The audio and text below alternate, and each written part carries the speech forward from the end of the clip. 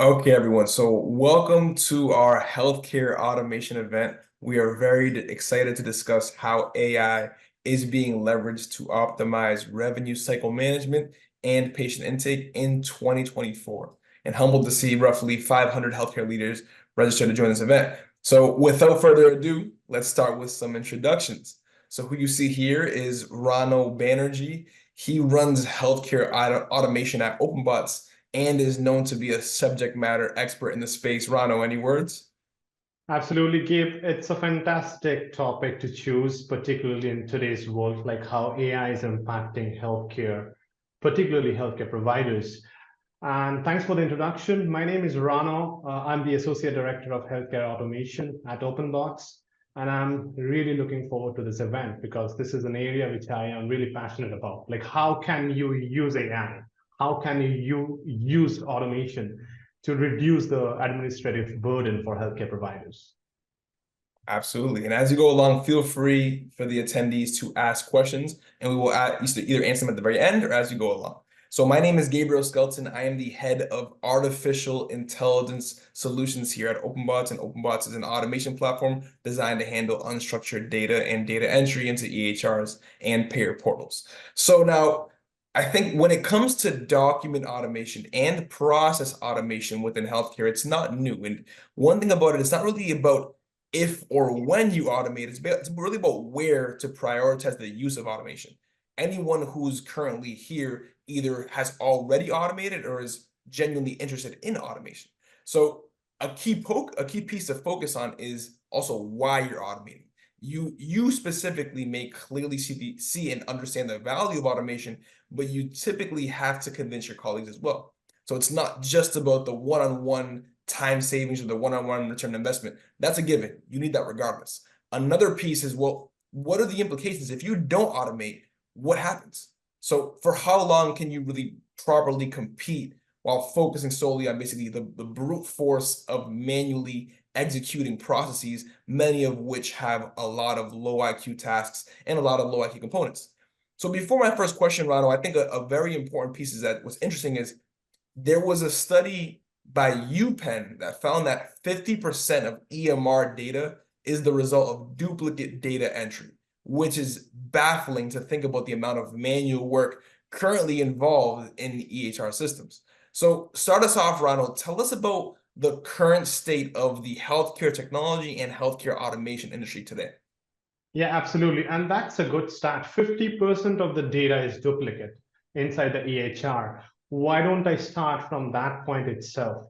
Let's talk about how you can use automation and AI within the EHR so that you don't have this duplication of records, right? The first thing is first, which is why are these records duplicated? Because there's a lack of accuracy. Some records are inaccurate. People are trying to key in some data of patients inside the EHR, which exists. There are certain areas where you find discrepancies. There's a term called robotic process automation, something which we all know. It's there in the market from 2018.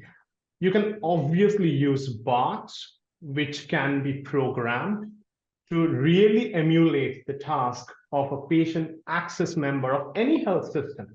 So you don't need a human intervention when it comes to the data entry within the EHR. So a good place to start is, why don't you have bots that are programmed like a patient access member, like a patient intake team guy from a health system, which goes into the EHR, regardless of whether it's using API or it's using surface automation, like it's behaving like a human, using username and password to log into an EHR.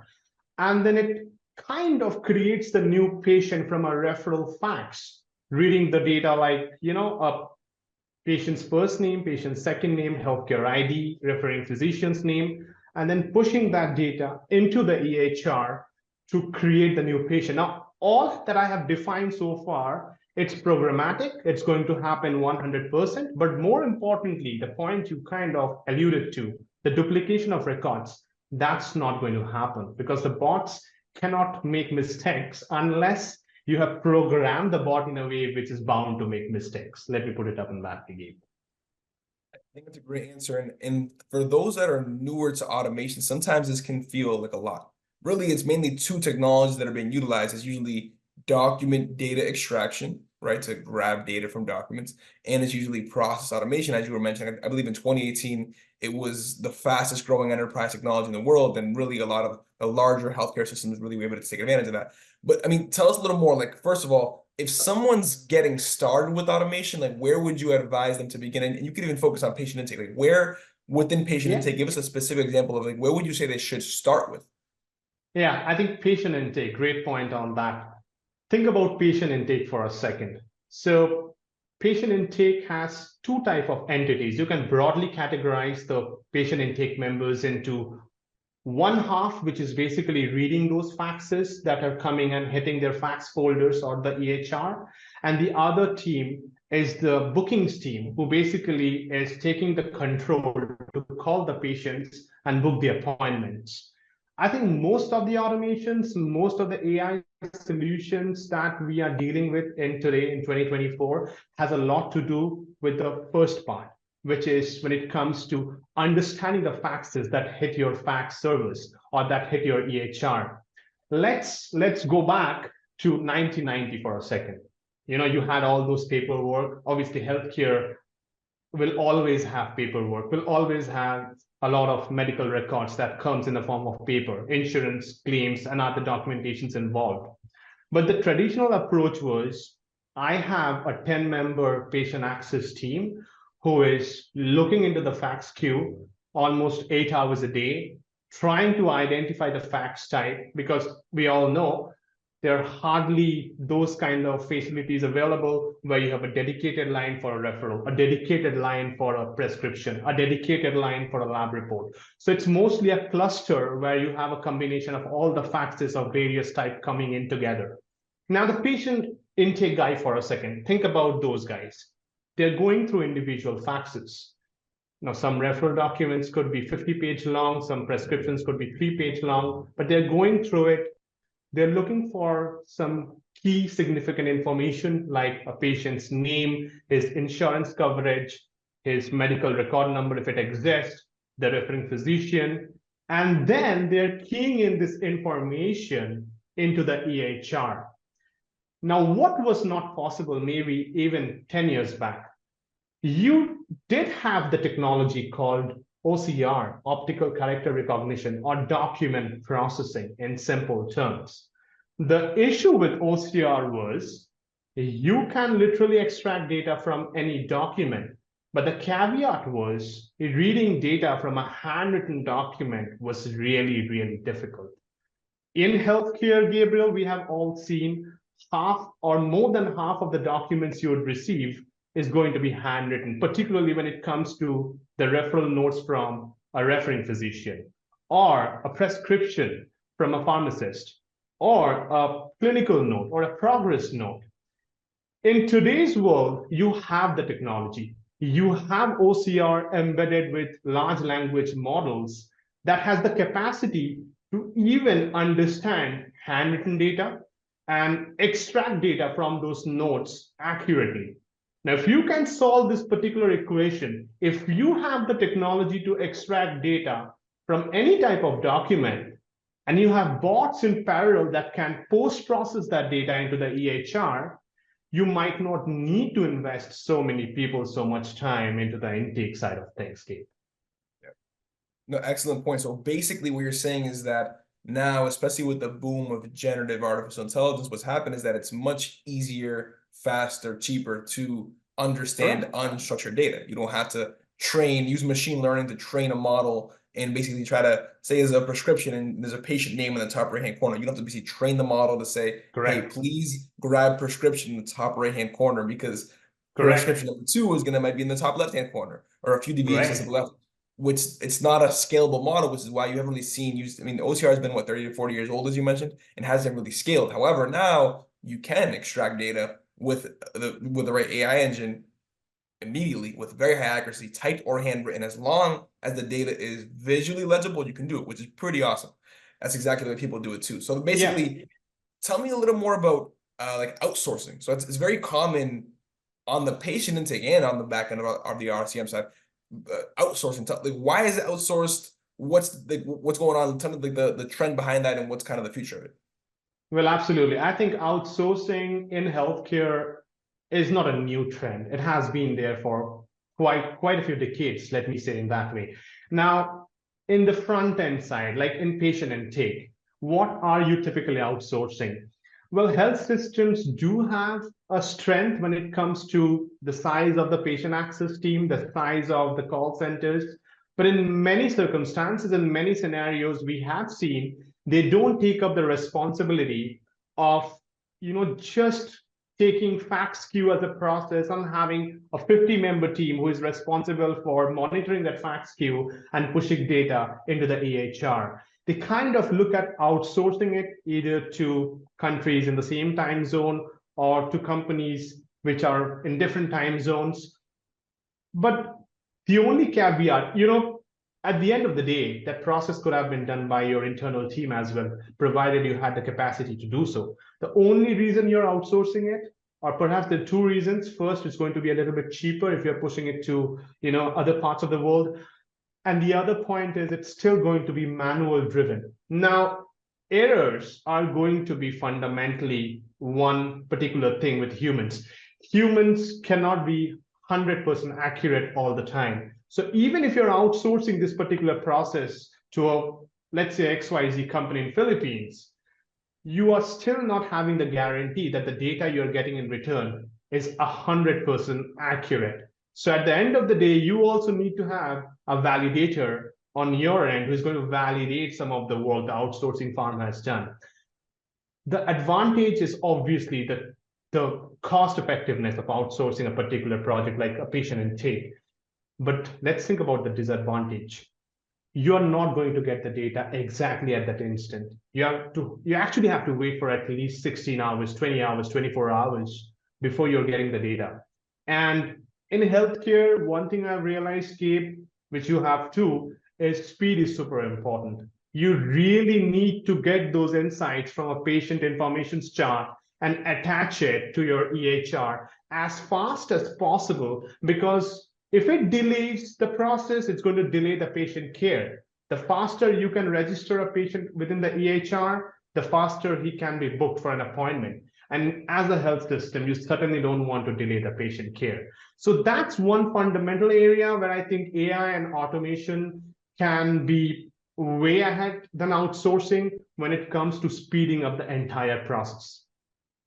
So basically, cost savings is the main motivator for why companies outsource, which makes sense. Cost savings is a big piece. What you're saying is that automation not only will yield additional cost savings, because of course, with automation you can and also scalability. So basically, after 5 p.m., you don't have to stop working. You can continue working. At 5 a.m., you can process things also faster in real time. That's a very large aspect of making sure that the patient experience is as great as it possibly can, and staff are focused solely on the patient experience and not just on these back office mundane tasks that they have to do.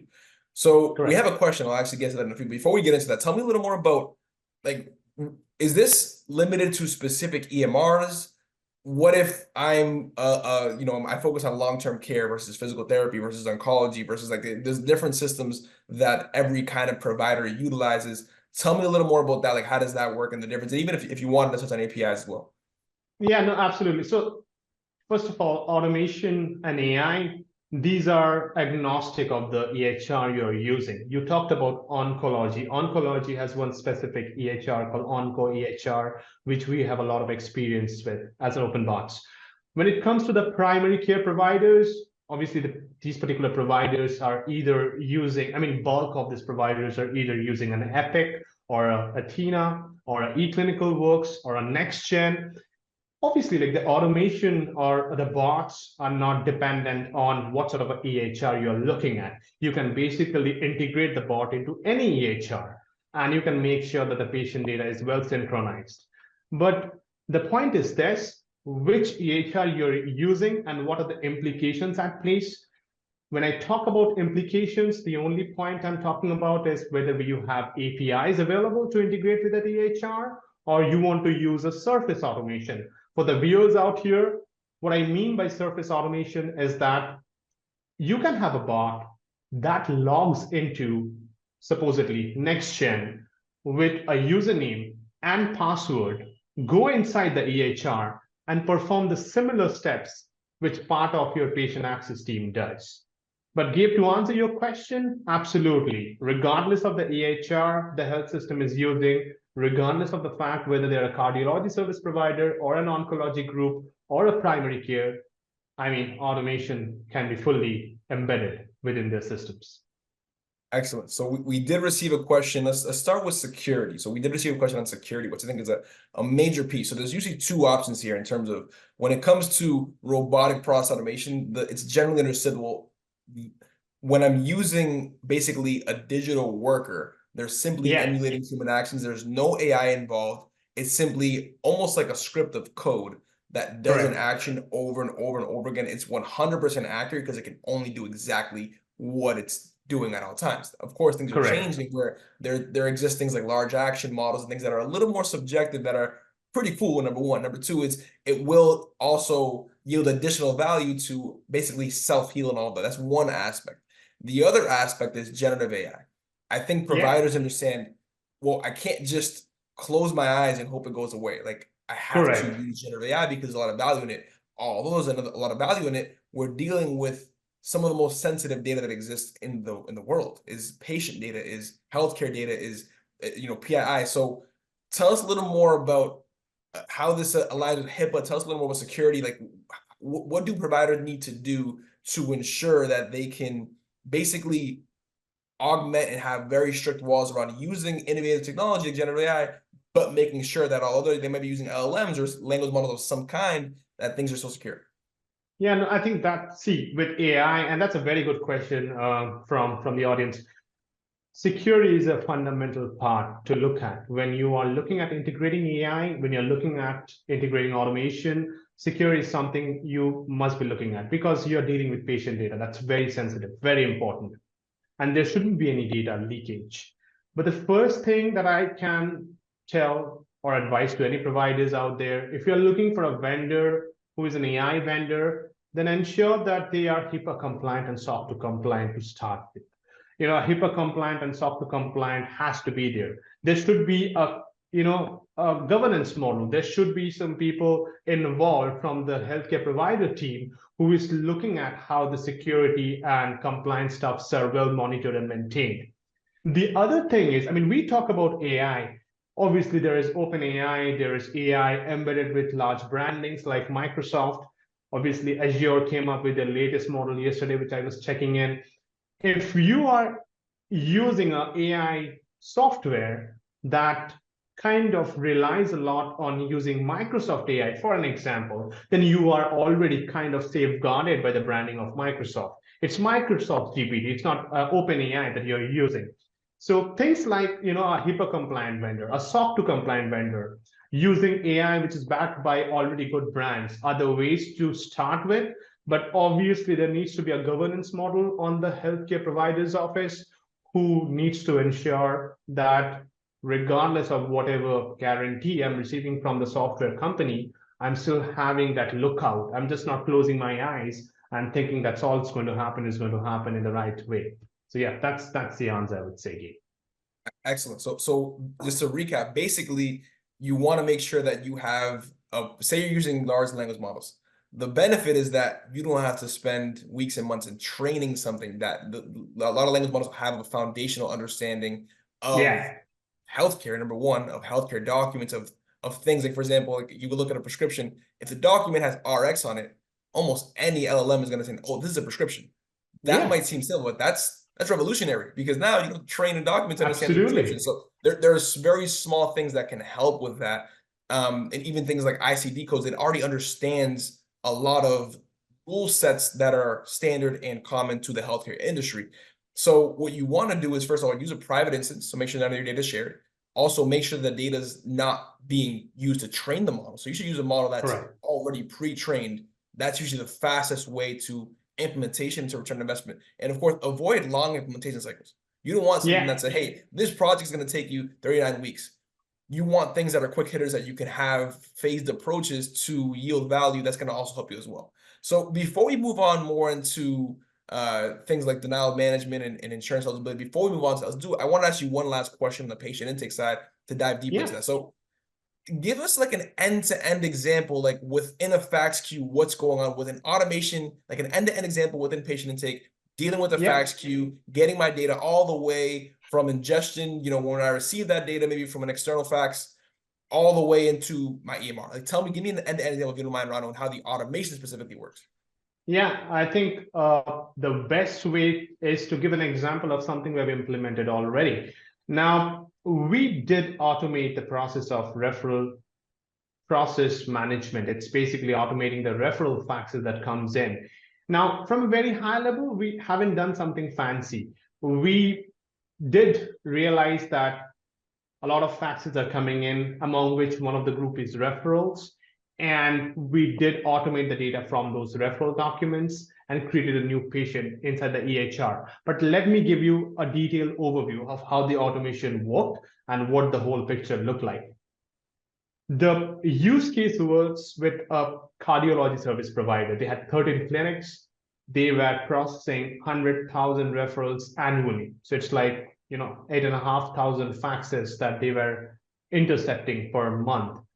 And they had an 8-member team. Part of the team was doing the fax review and data entry into EMR, and the other part was doing the bookings piece, like calling patients and booking appointments. What have we done in this instance?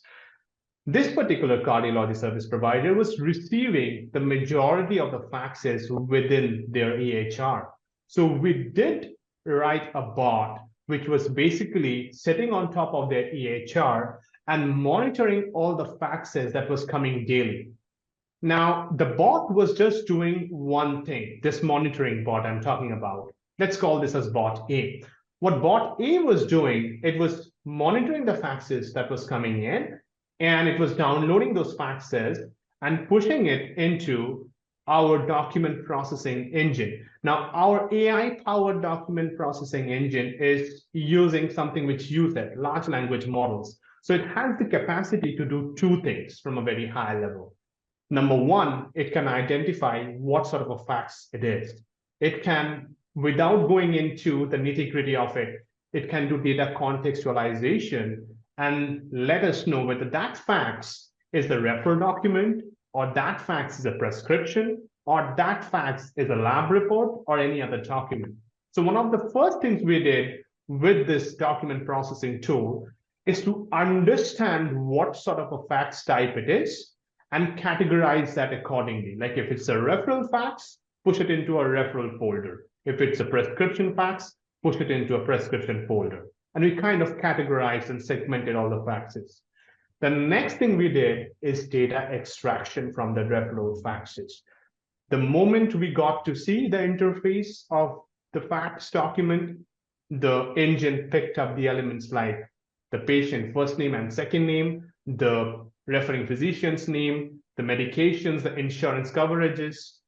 And then we had another bot called bot B, which post-processed these data that was picked up from the referral document, meaning we had another bot that was logging into the EHR with the username password and creating a new patient as if someone in the patient access team of this cardiology service provider is doing that data entry to create the new patient. Now, let me give you some stats. I already mentioned that this particular provider was receiving 100,000 faxes annually, 8,500 per month.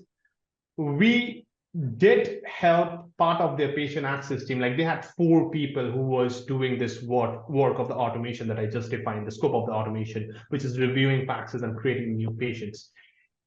And for us, we were kind of giving them a savings of 3 FTEs. Like we had a savings of 3 FTEs of the 4 people who was doing this particular process.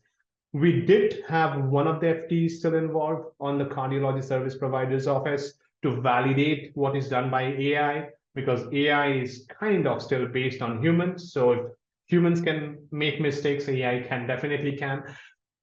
The other thing is, like you said, Gabe, it's not just about the time savings, but it's also about how you can automate an intake process to increase the cash flow or to do things which will directly impact your revenue. What I mean by that, let me give you an example. The reason that they could automate 100,000 faxes annually by bots, now they got the scope to even cater 50 to 60% more faxes, because now they have the time to serve more patients, create more patient appointments within the EHR, because there is no need for them to scale up in a traditional way of hiring more and more people. They can easily have bots to do that job and just kind of do something that they're best at, which is serving patients. So these were the two-folded advantage which this particular company had in automating the referral process management. Maybe think of another question, but a great breakdown. So basically what's happening is that usually when it comes to automating is a fax queue, a bot's usually sitting on that fax queue or within the EMR or within the specific folder. The bot has to monitor a place where the documents are coming in. Now the documents are coming in, the bot grabs it, identifies, oh, this is a lab report. These are the actions you got to take. Oh, this is a referral. I take these kind of actions. Once it identifies what the document is, then it extracts specific data points from the referral. It'll be, say, 7 from the referral and 15 from the prescription. Whatever data points are actually needed for every document. Once the data is extracted, then that data is input into Meditech, into Cerner, into Epic, into whatever EMR, into NextGen, whichever EMR that they're utilizing. The bot can then create a new patient and basically create an appointment and ready for a person to then manage. So it can take over a big piece of almost all of the data entry in the back office portions of the process.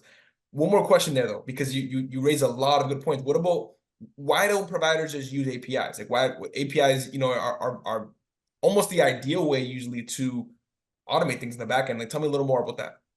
Well, it's an answer that's going to be a little bit straightforward. APIs are the way to make a solution more robust. If you are using automation with API, you're definitely going to have a solution which is more robust, which is more concrete. But the fact that a lot of EHRs are not making it easy for the healthcare providers to procure the APIs is one important thing to consider. If you think about the APIs for EMRs of a physical therapy provider like WebPT, yeah, obviously you can procure that. You can build a solution within WebPT with the use of API. That's absolutely doable. But think about procuring the API for, let's say, ClinicalWorks or Epic. It would take a little bit more time. It would be a process which is kind of not going to happen overnight. And what we found was, can you use bots instead in place of APIs? Like, can you have a bot connector, which is going to, interface between your system and the fax folder or the document processing engine to kind of help you get away from procuring that API? And that's the route we have chosen in many instances. That's a simple way to put it up. If APIs are there, fantastic. But in many scenarios, you might not get the API so easily. So you use bot connectors instead. In return on investment matters sometimes, in terms of speed matters. So if you're able to basically either you do it manually or you automate it. Either you automate with APIs or you can automate with user interface automation. And of course, a lot of times it's faster, cheaper, basically, to do that and be more cost effective. So let's kind of turn the tables a little bit. I had a question more so let's talk about kind of the payer portals. So some of the top payer portals are Availity, United Healthcare, Blue Cross Blue Shield, Aetna, Medicare. The list goes on and on, depending on what state and what part of the country you are in. But what about in this area? Tell me a little more about how automation plays here as well.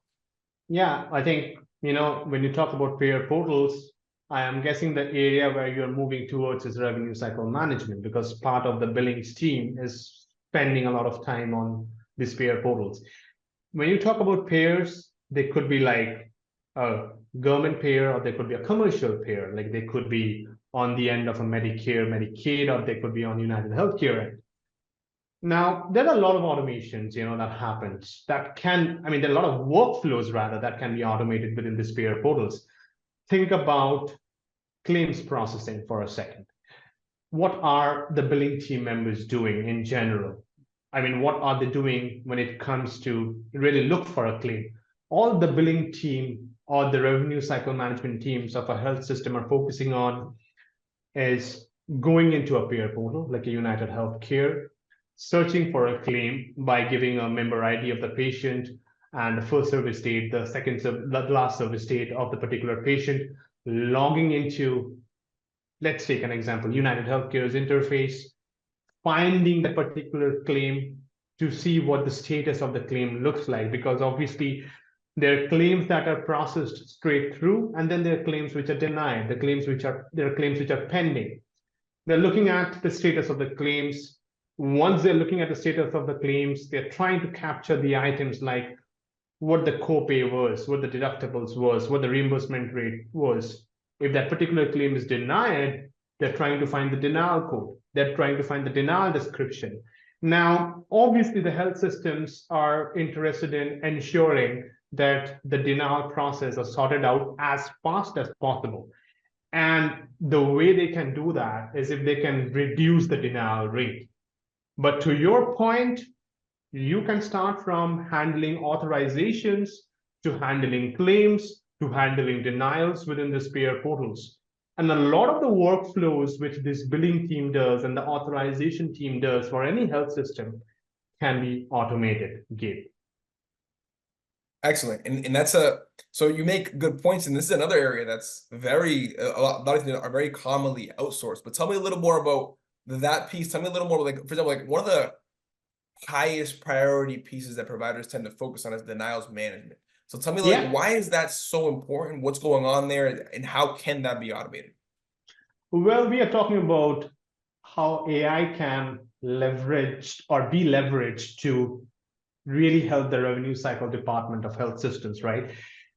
You're thinking about AI in RCM, then one of the topics that have been top of mind for the chief financial officers and chief revenue cycle officers is AI-powered claims. What do I mean by that?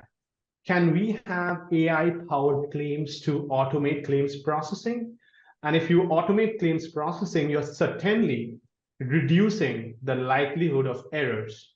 Or in other instance, you're reducing the chances of denials. And if you can reduce the likelihood of errors, the turnaround team is speeding up. And if the turnaround team speeds up, that directly impacts the cash flow, because that is basically going to speed up or reduce the days of account receivable. And that's one area where AI is playing a significant role in claims processing. You mentioned about outsourcing. Now, Gabe, the world of medical billing outsourcing is already there for the last 20 years. We often see health systems having a revenue cycle management partner. They have an outsourced partner who is managing the financial side of things for this health system. What are they doing? They're doing the same thing, but for a different process. They're kind of leaning towards companies across India, across Philippines, across Vietnam, to kind of manage the claims, manage the denials, or they're having humans sitting in a different part of the world who are logging into a United Healthcare, who are logging into Ability with the same member ID, first service date, second service date of a patient, identifying the claim status, trying to see what are the line items of the claims, and then bringing back the denial codes and denial descriptions.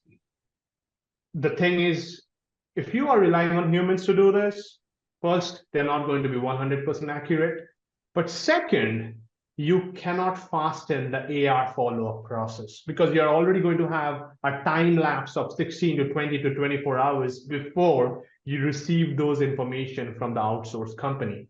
This is where AI comes in. This is where automation comes in. They can do the denials, they can do the claims processing in that same day. And by the time you're logging off from your office, you can have a report in the form of an Excel file in front of you that shows you how many claims were processed, what was the success rate, what were denied, what was the reason for denied. And think from a high level. If you get these processes automated, if you can go to a stage till you have everything automated along with the denial codes, why not have your billing code members spend time on analyzing those denials, investigating on those denials, rather than trying to find those denials by visiting these portals and doing all those repeatable manual tasks? That makes sense. What you're saying is that the most efficient way for a provider to do processes isn't always just handing manual work from one set of manual human hands to another set of human hands. The intention is pure and it's good, but basically utilizing a mix of outsourcing and automation is the best fit to make sure that you can do things efficiently, effectively, on a timely basis. That absolutely makes sense. Now, we talked about this a little bit, but I wanted to ask you almost again. So before the webinar, we were discussing when you're newer to it and you're discussing, well, what's my highest priority for automation? There's so many factors, because again, return on investment matters, but there's so many factors. Like, we had one client that said, well, I am literally losing hundreds of thousands of dollars, getting into the millions, because I cannot get reimbursed because I'm not doing this in an efficient way. Or sometimes you can automate a process to take over manual work, or you don't even have enough manual work to do a process. There's processes that are not even being done because we just don't have the staff to do it. So it's almost, you can also use automation as an extension to even do additional things that you're not even doing. Or we had one client that literally had all of their medical records that weren't even digitized.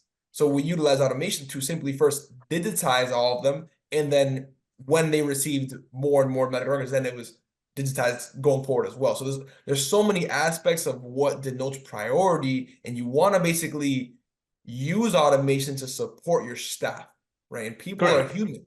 People have to take leave at times. People have, you typically need many backups as well for the process to make sure. So, and that's good. But the point is, use automation to support people well enough so that they're not working over 40 hours a week, so that they're using their time on the highest IQ work. But I guess my question to you is, Rono, tell me a little more about, like, if you are brand new to this, you're highly interested in automation, you're thinking about the back end of RCM, you're thinking about the patient intake side, you're thinking, where do I start? There's so many areas where I can start with automation. I have a list of 9 areas where I want to begin with. How do you help that person pick 1 or 2 areas where they can actually begin with, and how do you approach that? Well, I think, it's an interesting question. The trend is, if a health system or a healthcare provider is looking at automation for the first time, they are bound to look for a low-hanging fruit, something that's going to give them a quick win. In scenarios like this, just think of a very, very simple example: handling authorizations. Most of the time, we see health systems have patients who are either covered by those, government-aided insurers like a Medicare, Medicaid. And what is your authorization team doing? They're first going into the EHR. They're looking for the patients who are covered by Medicare. Then they are taking the data from the EHR of that particular patient, like their credentials. They're coming into Medicare's website, logging into Medicare's website, and going into that particular same patient data and looking for the coverage. Like, they're seeing whether it's covered by, the particular patient is covered by Medicare Part A or Medicare Part B, or it has both the coverages, or the coverages has expired. Now, this is a very, very simple process. One of the projects which we are working on currently is automating prior authorization for a cancer institute for the radiology scan approval process. And what's the need to have an authorization member who is doing the steps that I just defined? It's all mundane. It's all repetitive in nature, which can be easily done by the bot.